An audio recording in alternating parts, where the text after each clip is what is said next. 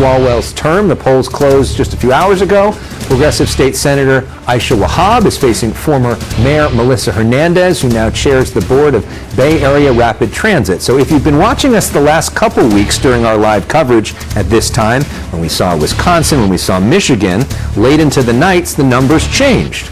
Well, here in California, the numbers are stuck because they're not counting anymore. They've made the decision to go home for the night.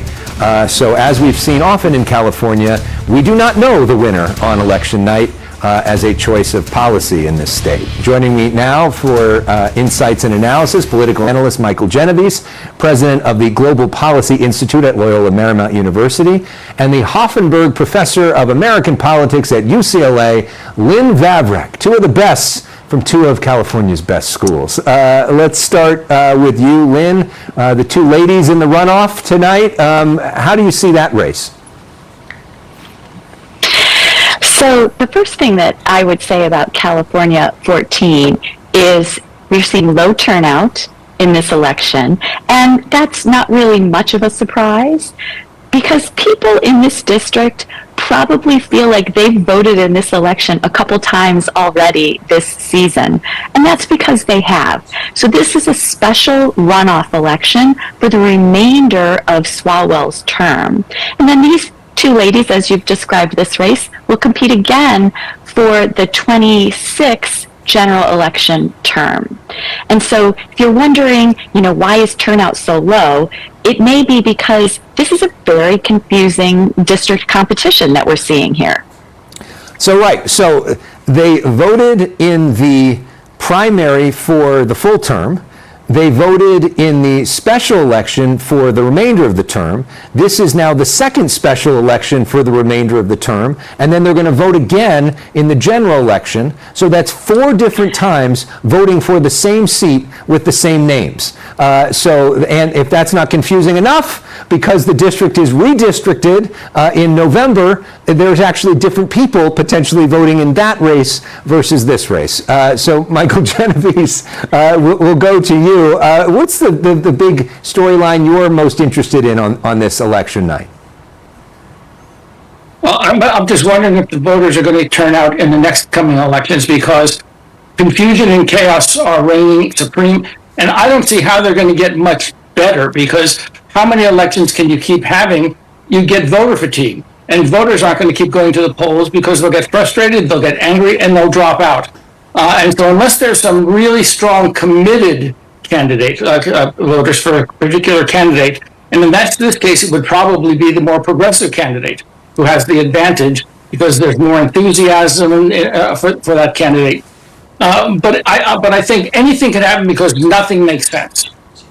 Yeah, and sort of deep into the weeds on this, Nancy Pelosi and some of her allies wanted there to be a placeholder candidate so that there wouldn't be this special election runoff, and that didn't happen, and there was a whole fight over that. But let's get into the big picture stuff as we have viewers watching us from around the world right now. Lynn, you look at what is resonating with voters. You've written several books about this. You've looked into polls. You looked at the science behind this. What are you seeing as you look around the country in terms of where voters are at right now? I think it's very easy for everyone to answer this question, whether that's because you're experiencing it yourself or you're talking to your friends and neighbors and family members. So you don't need a political scientist to answer this question. Everyone's talking about prices. Can't afford the things I want, can't afford the things I need.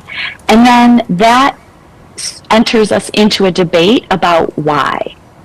So prices are the thing on the top of everyone's mind.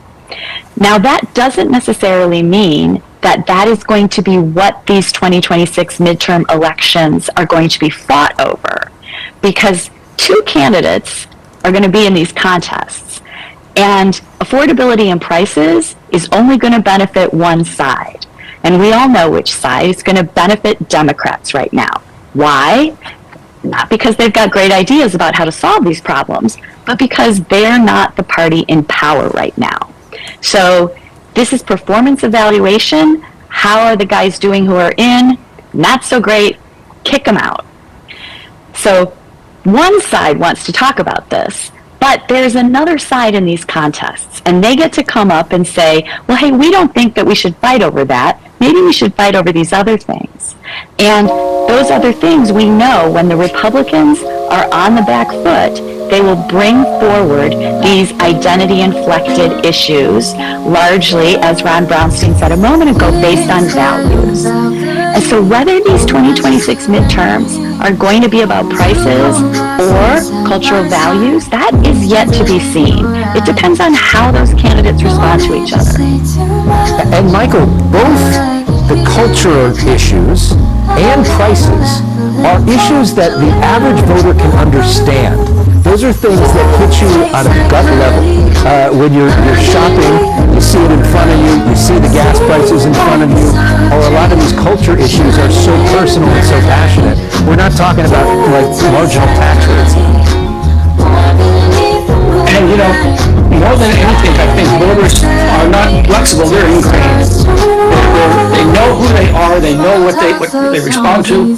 Prices are going to be a big deal. Lynn's absolutely correct. In the absence of any other big issue, it's pocketbook issues that people vote on. So the question is, what would the other big issues be? And now that you mentioned cultural issues, the Republicans are going to try to find wedge issues. They're going to try to find things that divide. And the Democrats are going to, if you remember 1992, it's the economy, but that's going to be the mantra for the Democrats this time around too.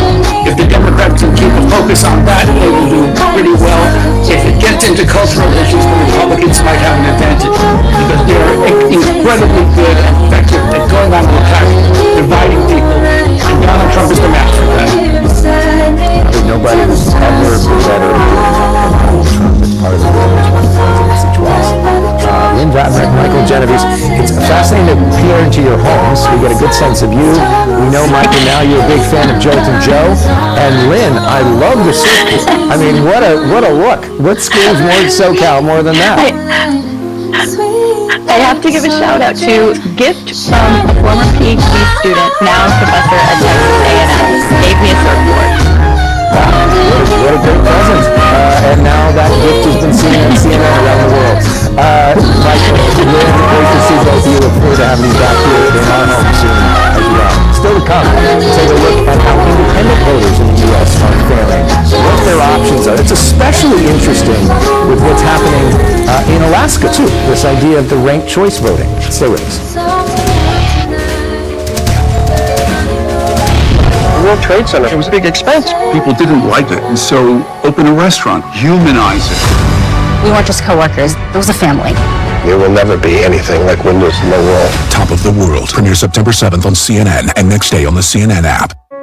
She looks like you, Dad. Aw, she's got your smile. Carl. Yep, your #1 broker's here to welcome your new little dependent. Actually, we invest with Schwab now. They have everything we need all in one place. I can set up her college fund. I've been learning about new trading strategies. And Schwab helps me generate retirement income. All this Schwab as everything you need is making me cranky. Does somebody need a map? Invest your way with Schwab. If you live for the game, don't let pain hold you back. Voltaren penetrates deep through the skin to the joint for targeted arthritis pain relief. Enjoy the game with less pain. Voltaren delivers clinically proven penetrating relief. New Mr. Clean Magic Erasers makes cleaning the impossible possible. They're upgraded and last 2 times longer to cut through even more tough messes. And for a deep bathroom clean, try the new Mr. Clean Shower and Tub Scrubber to cut through 100% of soap, scum, and grime. In America, including in Alaska, CNN can now project that Democrat Mary Peltola will advance in Alaska's U.S. Senate race. She'll face Republican incumbent Dan Sullivan in November. Sullivan fought off a challenger from another contender, also named Dan Sullivan, which was very confusing for some people. John Updike is the founder and president of Open Primaries, a group that advocates for nonpartisan primary systems in the U.S. He joins me now live from Chicago. Thanks for staying up late with us. Welcome to The Story Is for the first time. Great to be here, Alex. Why do you think an open primary works so well? And do you think that the ranked choice system that they have in Alaska is the best version of all? Well, I think the reason an open primary works so well is very, very simple. It allows everybody to participate in round one. And when you do that, you're enfranchising independent voters, which, by the way, are the largest and fastest growing segment of the electorate. But even more than that, you're incentivizing candidates to speak to people that are not in their base. And when that happens, you start to see some new political conversations happen. And I think that's very positive for the country. A number of your panelists earlier in the hour were talking about how everything seems so locked in, that there's very little space for anything new. And opening up the primaries is not a silver bullet, but it certainly creates more oxygen for new things to emerge. Here in California, we've had open primaries for some time now. And Democrats and Republican leaders are now saying it didn't work. And there is a push from the parties to try to change it. Do you have real examples from a place like California where an open primary has actually led to a more independent person be in there? I mean, no independent has won statewide in this system. Yeah, but the thing is, the voters have much more power in California. And if you look at their last primary, you had 41% turnout. Compare that to New York, where they have a closed primary, 9% turnout. The number of candidates that have to build coalitions that include Democrats, Republicans, and independents has skyrocketed in California. The ability of Democrats and Republicans to do business together, to work on legislation together. The culture in Sacramento under the old closed primary system, Democrats and Republicans couldn't have lunch together. And now they're writing bills together. California has huge problems, but they have a political system that gives voters and cooperative politicians some tools to address that. Founding me as a Donald President were pretty close back in the day. But just to the point about ranked choice voting, which is what we're seeing in Alaska right now, a state where we have a senator like Lisa Murkowski, who is certainly pretty independent of President Trump, not his favorite senator. Do you think that is the best expression of an open primary?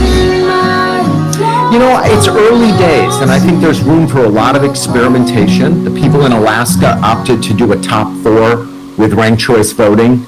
The people of California, Washington, Nebraska opted for top 2. I think there's some simpleness to a top 2. It creates a head-to-head in November without a complicated counting system. But I really think that people should be free to choose what system works best for their state.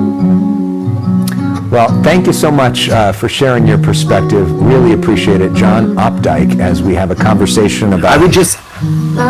lastly. One last thing, Alex. The fact that the parties hate the open primary in California is a signal that it is working.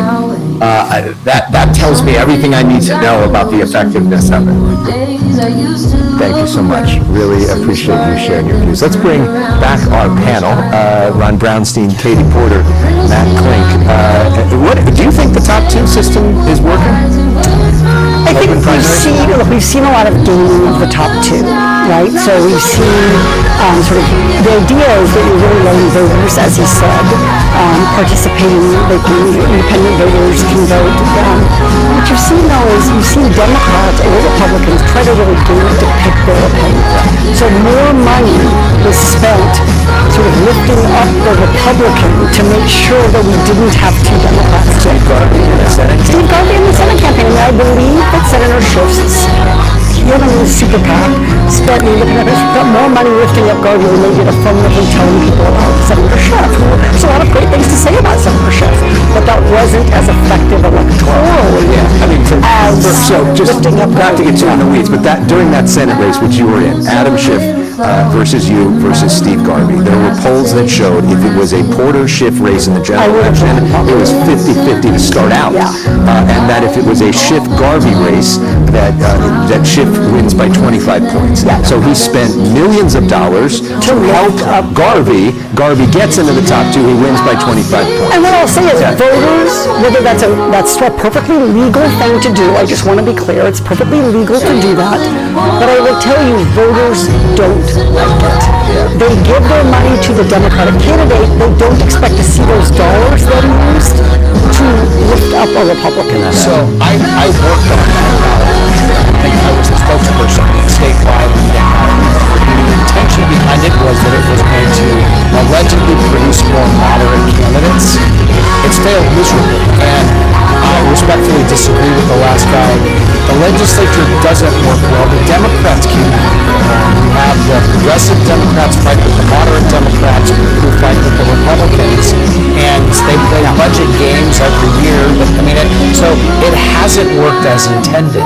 And changing it's going to be very, very difficult because it's been in existence for a while. Sure. But it's not we were sold that it would produce moderate candidates, and it's not. I know there are advocates who believe that in some of the state legislative districts, it does work, where you can have, if it's a predominantly Democratic district, for example, or a predominantly Republican district, a moderate can win by putting together a little bit of their party plus the other party. In the statewide elections, it's obviously been a failure for all the reasons we're talking about. And really, in this year, it felt like it was just parallel campaigns. Like watching those debates, it wasn't like they were competing for the same voters. They were just Republicans and Democrats who happened to be, because of this weird system running, on the same ballot. I mean, this is a little different. I mean, the top four, the Alaska is a little different. The top four with a ranked choice, I think, does give you different outcomes. When Peltola won the first time against Palin, I think she was only at 36% in the first round in the primary, and the combined Republican vote was close to 60, and she won. Now what's interesting here tonight is if you look at the governor primary, the Democrats are combining for only about 41% of the combined vote of the Democratic candidate. She's at 47, and I think the belief of people who follow this is that she's going to get better as the night goes on, and that gives you an indication of what a strong candidate she can be. I mean, she's significantly outrunning where Democrats are in the governor race, or what the Democrat plus independent is in the at-large House seat. Right. So you get a sense of her potential appeal beyond her party base in this kind of thing, which was the goal in California, but hasn't really worked on. And Alaska is a bit of an outlier. Remember, Lisa Murkowski won as a write-in candidate in Alaska. That would be impossible almost any other state. Meanwhile, there's this push here in California and a discussion nationally about voter ID. There is a ballot initiative that's coming in November. Today, there was a press conference. The senator from California, Alex Michaelson, used to be Secretary of State, leading that press conference. Watch this. He may not have talked about Prop 39 specifically yet, but we know how he feels about vote by mail. He reminds us at least on a weekly basis. He knows what he thinks about California and the integrity of California's elections. Here you have partisan politicians trying to inject division into what should be something that's quite unified. In Washington, the SAVE Act, very aggressive, lots of mandates.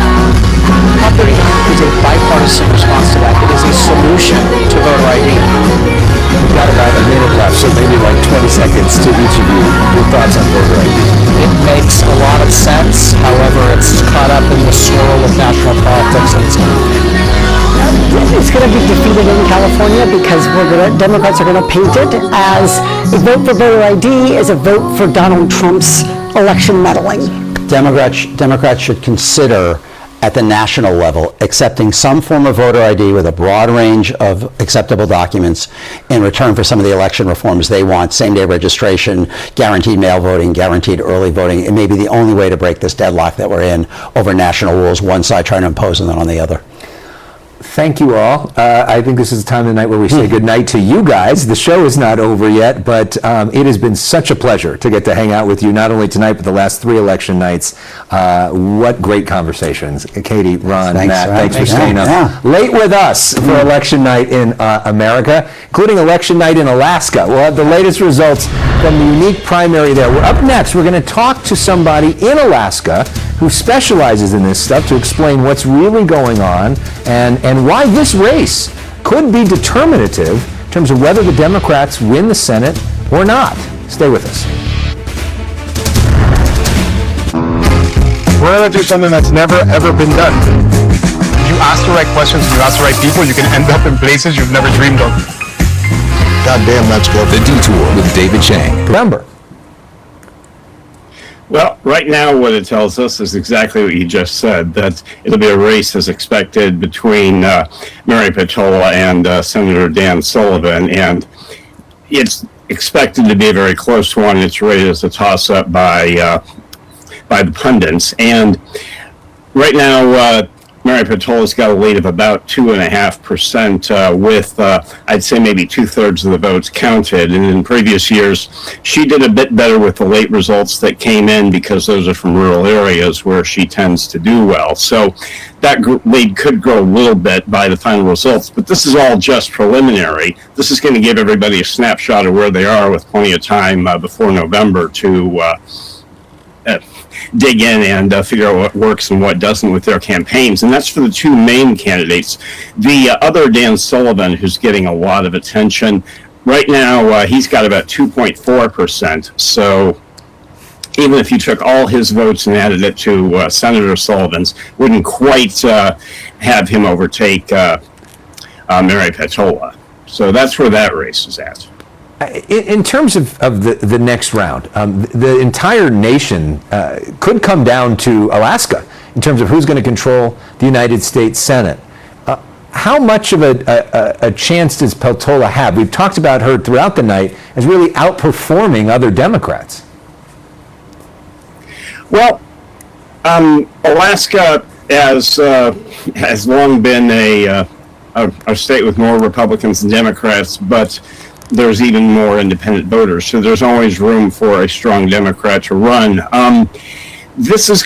She certainly did well in 2022 when she ran for the first time, but then 2 years ago lost to a Republican who she had defeated before. So this race is going to play out with some of the same dynamics you're seeing nationally. A lot of this is going to be about whether or not people do or don't support Donald Trump, and there's going to be a lot of issues related to resource development that people are going to feel very strongly about one way or the other.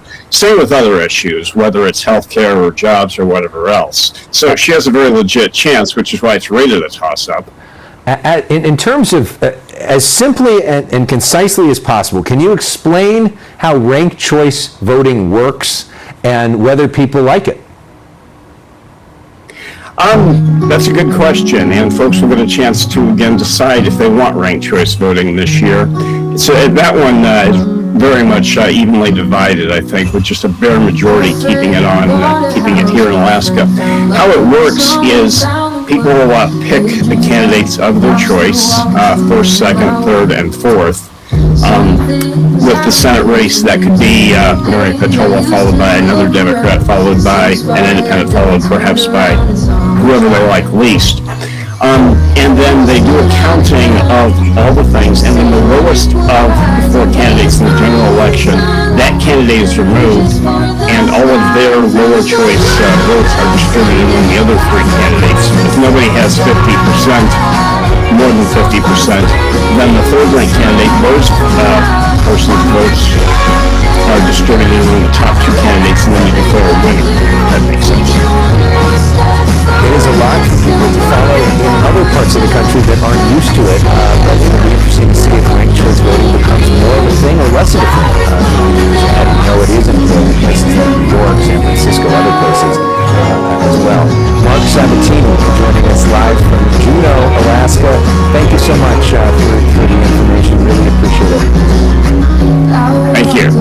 When we come back, a CNN exclusive, Nolan Wells' family marks what would have been his 19th birthday with a heartfelt letter.